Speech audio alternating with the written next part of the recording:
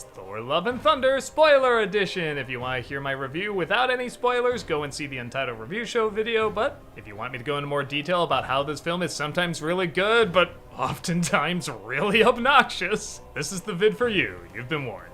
The director of Ragnarok is back, and maybe he gives a little too much Ragnarok in this.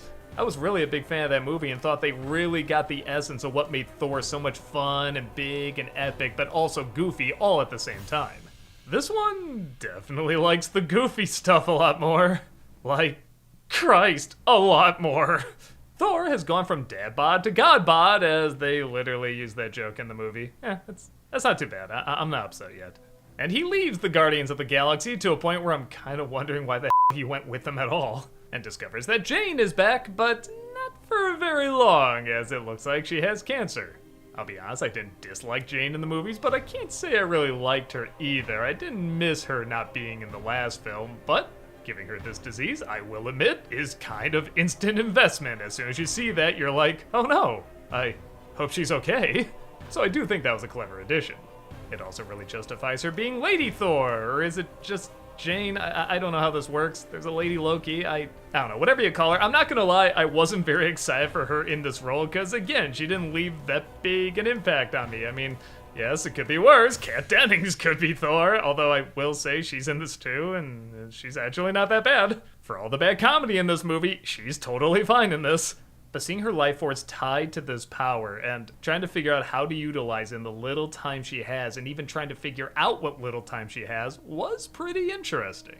Her powers are also pretty cool. I really love when she throws the hammer, it splits up into a million little pieces because that's what happened to it before, and then it all comes back together. That's really creative and pretty bad.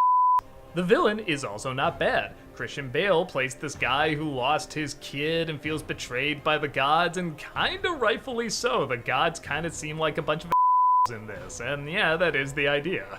You sympathize very quickly with what he wants to do, but are still on the side of Thor, who wants to stop him. Like everybody's motivations, you do legit get in this. Honestly, all the elements are there, and what happens in the story is fine. If I was just to see this laid out in script form, I'd be like, yes, go, do it. But I think this is finally the MCU film where the Marvel humor completely destroys the film. There are just too many jokes in this, and a lot of them are just not funny. I feel like a lot of people have been making the argument that the Marvel humor is just getting a little too much in these films, and yeah, I agree, but it's very rare that that's what ruined a film. And I am telling you right now, I would have liked this fine if they just shut up with the jokes. Valkyrie is one of my favorite characters in this series, and her scenes are not only forgettable, but they are annoying. She brings out this little thing like, oh, is it a grenade? No, it's a little beatbox. Oh yeah, let's dance to it. Yeah. Oh, shut up. Hey, look, our ship is being guided by these screaming goats. Oh, that's funny for like a minute. No, they last the whole movie. Shut up, shut up, shut up. Oh my god, Christian Bale is being mad creepy to these little kids. They must be so afraid. Oh wait, the kid wants to be called something else because he saw a band. I'm now known as Axel. Astrid. Axel. Astrid. I said Axel. Astrid. Axel! Oh my gosh, shut up, shut up, shut up, shut up, shut up. I hate this, shut up, be a Thor movie, shut up! I'm sorry, I was actively annoyed throughout the majority of this movie. I don't know how Ragnarok balanced it out so much better than this. Again, I think the idea was it was still a Thor movie, and the jokes came from the characters. I like seeing Thor and Loki interact with each other. I like this weird Jeff Goldblum alien that, yeah, it's still Jeff Goldblum being Jeff Goldblum, but he's still a villain. He still has this threat that's kind of like Mojo from X-Men. It makes sense. Even though he's a goofy character, he's moving the story forward. In this, everything just comes to a complete stop for some unfunny jokes. Once in a while I'll get a giggle, but they're too few and too far in between. Now on that note, when this actually is a Thor movie, it is a pretty decent Thor movie. Like I said, I did surprisingly care about what happens to Jane in this movie, and when Thor and her aren't doing their stupid rom-com who broke up with who, I find I really do care about them when they discuss actual relationship stuff and their mortality and how much time they have. All that's really interesting. Even the climax of this film had me smiling ear to ear. Thor has to give his power to these children, and they all go and kick some and have little lightning abilities, and yeah, you would think this would be the lamest part, but they actually really have fun with it. And again, I imagine myself being a little kid watching this, and I would just find this so cool, and it looks epic and bad, and this is the kind of fun I'm looking for. But it's almost like they took the ideas and energy of Ragnarok and combined it with that terrible humor from Dark World. But the humor isn't just in little sections of the film, you know, like the moments with Kat Dennings. It's stretched out throughout the entire flick. And it was just too much for me.